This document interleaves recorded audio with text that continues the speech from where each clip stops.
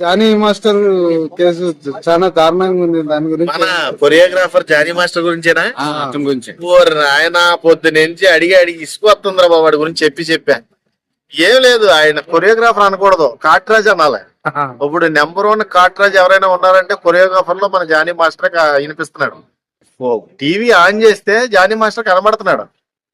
అమ్మాయి ఎవరు assistant choreographer అంట, క్యారీ వ్యాన్ లో జిప్పు తీపిచ్చి ఏదో చూపించి నాకు ఇప్పుడే చేయాలి లేకపోతే నిన్ను చంపేస్తా పొడిచేస్తా అమ్మాయిని ఎప్పటి నుంచో మైనారిటీ తీరక ముందు నుంచి అత్యాచారం చేస్తానే ఉన్నాడంట. పాపం ఎవరికైనా చెప్తే చంపేస్తాడేమో భయంతో కొద్ది, లేకపోతే ఇండస్ట్రీలో ఏ అవకాశం రానివ్వడేమో అని ఉంటది కదా భయం అనేది. ఆ విధంగా ఇప్పటి వరకు కూడా ఆ అమ్మాయి బయటకు అయితే రాలేదని ఈ కేసులో క్షుణ్ణంగా మొత్తం కేసు ప్యాడ్ లో రాసి ఇచ్చింది. కొంతమంది లవ్ జిహాద్ కూడా అంటారు కదా, లవ్ జిహాద్ లవ్ జిహాద్ అంటే ముస్లిం లో అవునవునవును కన్వర్ట్ అవ్వమంటున్నాడు అంట.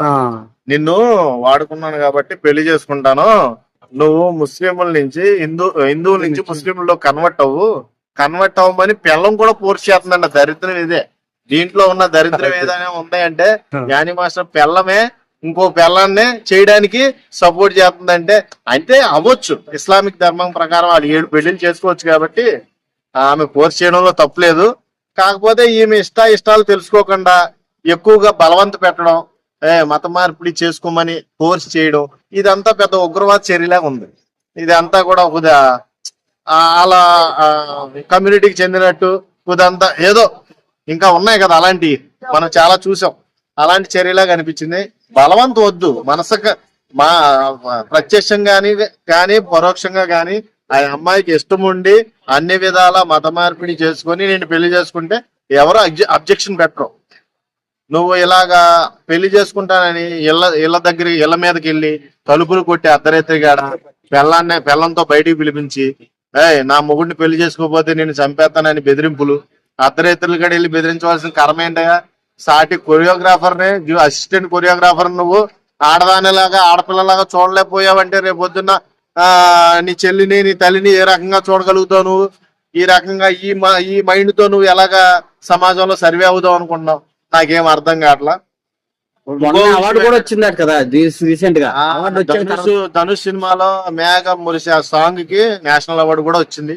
ఏం సుఖం ఎన్ని అవార్డులు వచ్చినా నీ బుద్ధి మంచిది కానప్పుడు, నీ బుర్ర మంచిది కానప్పుడు నీకు ఎన్ని అవార్డులు ఇస్తే సుఖం ఉంది? ఏ బాసు ఒక చిన్న ఇది తోటి మొత్తం నువ్వు అసిస్టెంట్ కొరియోగ్రాఫర్ మీద అత్యాచారంతో నీ కెరీరే స్పాయిల్ అయింది. నువ్వు అలాంటి విషయాలు ఏమైనా ఉంటే కొంచెం పకడబందీగా కొంత జాగ్రత్త చూసుకొని రేష్మి తెచ్చారు. రేష్మి ఏం చెప్తుందంటే మాస్టర్ గారు ఇప్పుడు దాకా కలిసి ఉన్నాం గానీ మేము 0 నుంచి పైకి వచ్చాము. కలిసి ఉంటాం అంటే రూమ్ లో ఉన్నారా ఏంటి? రూమ్ లో ఉంటే కనపడేది యష్మికి బొమ్మ. అర్థమైందా? ఆమె ఏమంటానంటే బాసు ప్రతి ఓడు ఇగో ఏదైనా బయట పడినని చెప్పే దొరికితే దొంగ, దొరకపోతే దొర. అర్థమైందా? కాబట్టి దొంగ అయిపోయాడు. రేష్మి రూమ్ లో స్పెండ్ చేసిందేమో, మరి నాకేం తెలుసు. అసిస్టెంట్ కొరియోగ్రాఫర్ అయితే స్పెండ్ చేసిందంట చాలా సంవత్సరాల నుంచి. కాబట్టి ఆ పిల్ల ఈ రోజున మానసికంగా ఇబ్బంది పడి బయటపడింది. మరి ఆవిడేమన్నా స్పెండ్ చేసిందేమో ఎవడో తెలుసు. ఆవిడ స్పెండ్ చేసినప్పుడు ఏమీ చేయలేదేమో.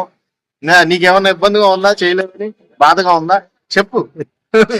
లెజెండ్ బాసు అది చేయడం. ఇప్పుడు ప్యాన్ ఇండియాలో ఎవరు కొరియోగ్రాఫర్ కదా అతను ఎలాంటి పనులు చేస్తే వెనకాల ఉన్న చిన్న చిన్న కొరియోగ్రాఫర్లకి చాలా బ్యాడ్ మాట. పాపం వాళ్ళకి జీవనోపాధి ఇప్పుడు సంపాదించుకుని కూర్చున్నాడో చిన్న చిన్న కొరియోగ్రాఫర్లు ఏమైపోతారు? అర్థమైందా? చిన్న చిన్న కొరియోగ్రాఫర్లు పొట్ట కొట్టినట్టే. వాళ్ళు ఓన్లీ స్టూడెంట్స్ బేస్డ్ ఆధారపడి బతుకుతారు చిన్న చిన్న కొరియోగ్రాఫర్లు. ఈయనంటే పెద్ద పెద్ద సినిమాలు చేసి కోట్లలో గడించవచ్చు. వాళ్ళకి లక్షలు వేలే పెద్ద ఎక్కువ అమౌంట్. అలాంటి వాళ్ళు పొట్ట అందరూ కొట్టినట్టే ఈ జానీ మాస్టర్.